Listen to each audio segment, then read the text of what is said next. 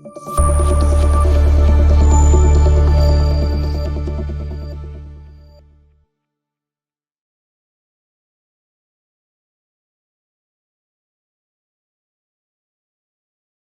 پاک 301 میں ہم لیکچر نمبر 17 اور 18 کو ایک ساتھ ڈسکس کریں گے، کیونکہ اس میں بہت زیادہ کمپیریزن ہے، اور اگر ایک ساتھ پڑھیں گے تو بہت اچھی طریقے سے سمجھ آئے گی۔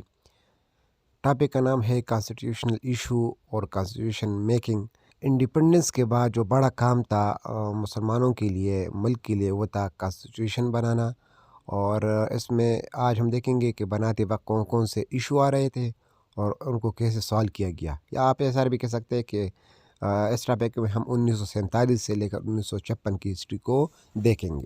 سب سے پہلے کانسٹیٹیوشن کیا ہے، تو ہم کہہ سکتے ہیں یہ قانون اور پرنسپل کا کولیکشن ہے، اور جس کی وجہ سے ایک ملک یا ایک اسٹیٹ کو رن کیا جاتا ہے۔ انڈیپینڈنس سے پہلے انڈیا میں گورنمنٹ آف انڈیا ایکٹ 1935 تھا، اور انڈیپینڈنس کے بعد اسی ایکٹ میں کچھ چینجز کیے، اور یہی ہمارا انٹرم کانسٹیٹیوشن بنا۔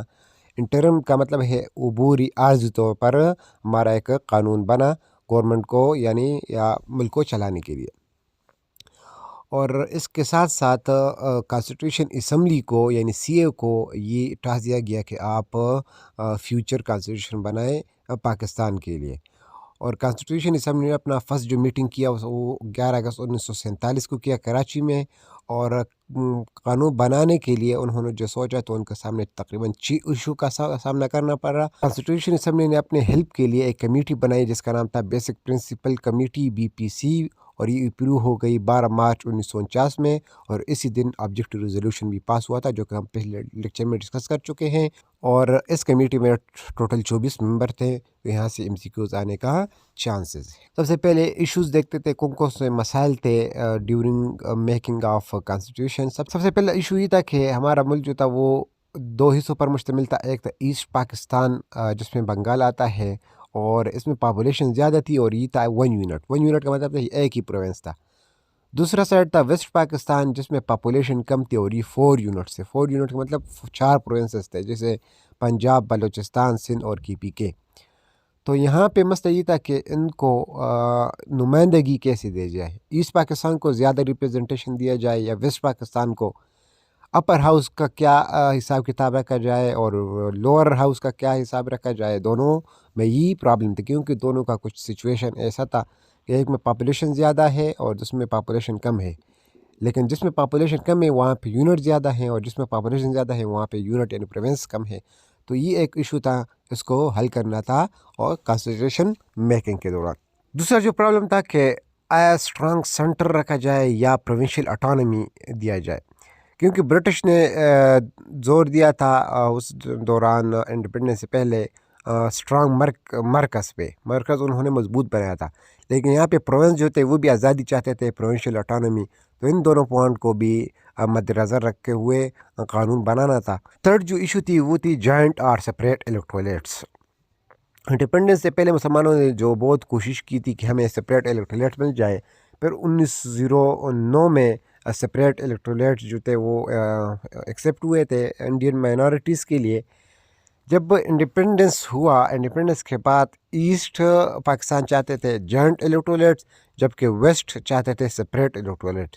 تو یہ بھی ایک ایشو تھا کہ اب کس کے بات کو مانی جائے۔ 4 نمبر جو پرابلم تھی وہ تھی نیشنل لینگویج کی۔ جب مسلمان انڈیپینڈنس کی موومنٹ کر رہے تھے تو اس ٹائم وہ لوگ سوچ رہے تھے کہ جب ہمیں انڈیپینڈنس ملیں گی تو ہم اردو کو اپنے نیشنل لینگویج بنائیں گے۔ جناح نے بھی یہ ڈکلیئر کیا تھا 1948 میں کہ اردو کو نیشنل لینگویج بنائی جائے گی۔ جیسے ہی پاکستان آزاد ہوا تو ایسٹ بنگال میں اپوزیشن سٹارٹ ہوا اگینسٹ اردو، اور انہوں نے لینگویج موومنٹ بھی سٹارٹ کی فروری 1952 میں کہ اردو نہیں بنگالی کو ایز نیشنل لینگویج بنا دی جائے۔ تو یہ بھی ایک ایشو تھا اس ٹائم کانسٹیٹیوشن اسمبلی کو کہ اردو کو رکھا جائے یا بنگالی کو رکھا جائے۔ 5واں جو مسئلہ تھا کہ اسلامک اور سیکولر اسٹیٹ، مذہبی اسٹیٹ یا دنیاوی اسٹیٹ۔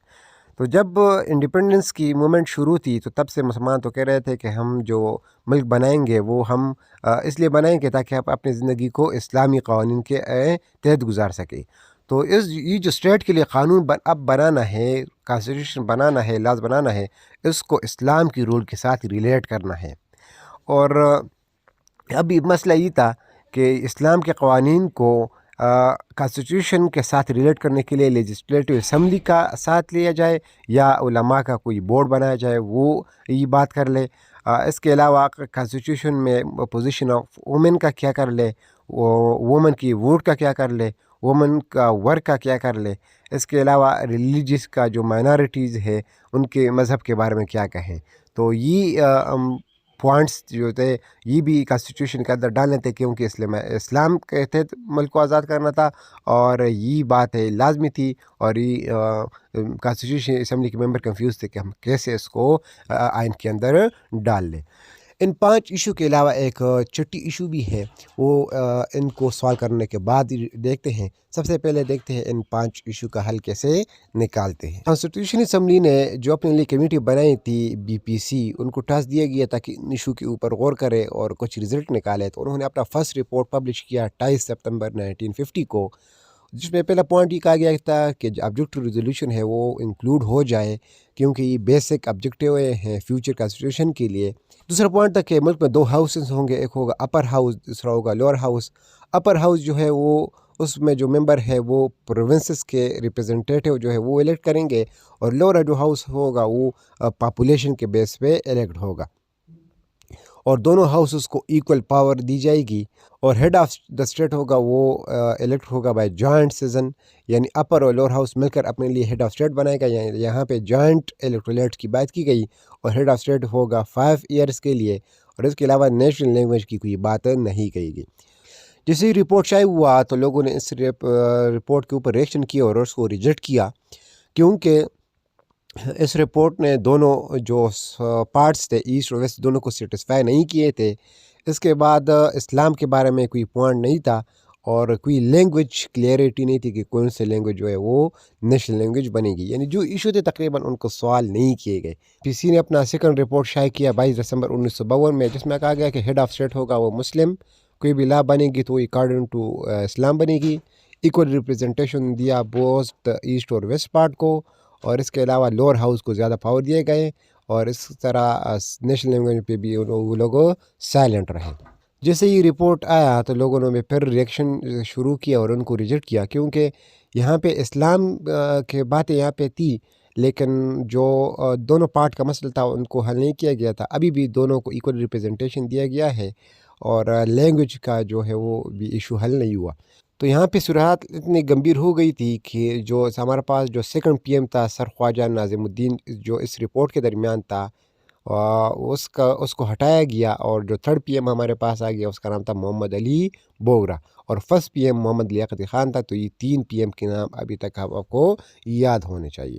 اب جب آیا محمد علی بوگرا تو انہوں نے اپنا ایک فارمولہ دیا جس کا نام تھا محمد علی بوگرا فارمولہ. اکتوبر 1953 میں انہوں نے جو مسئلہ تھا ویسٹ اور ایسٹ پاکستان کا, اس کا کافی حد تک سالو کرنے کی کوشش کی گئی. جو ویسٹ پاکستان تھا اس میں لیس پاپولیشن تھی اور 4 یونٹس تھے, یعنی 4 پروونسز تھے. ایسٹ پاکستان میں پاپولیشن زیادہ تھی اور 1 یونٹ تھا, یعنی 1 پروونس تھا. تو اپر ہاؤس میں ویسٹ پاکستان کے لیے سیٹیں دیے گئی 40, اور جبکہ ایسٹ پاکستان کے لیے دیے گئے 10. اور اپر ہاؤس ہم نے پڑھا تھا کہ یہ یونٹ کے لیے ہے, پروونسز کے لیے ہے. تو یہاں پہ پروونسز زیادہ ہے ویسٹ پاکستان میں, تو وہاں پہ سیٹ زیادہ ہے 40. ایسٹ پاکستان میں پروونسز کم ہے تو یہاں پہ سیٹ کم ہے. تو یہاں پہ ایک انصاف کے طور پر کام ہوا. جبکہ لوور ہاؤس میں اگر ہم دیکھ لیں وہاں پہ پاپولیشن کے بیس پہ ہیں, تو ویسٹ پاکستان میں پاپولیشن کم ہے تو یہاں پہ سیٹ دیے گئے 135, اور ایسٹ پاکستان میں پاپولیشن زیادہ ہے تو وہاں پہ سیٹ دیے گئے 165.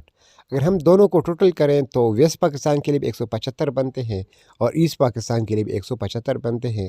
تو یہاں پہ وہ جو ایشو تھا ریپرزنٹیشن کا وہ سالو ہو گیا.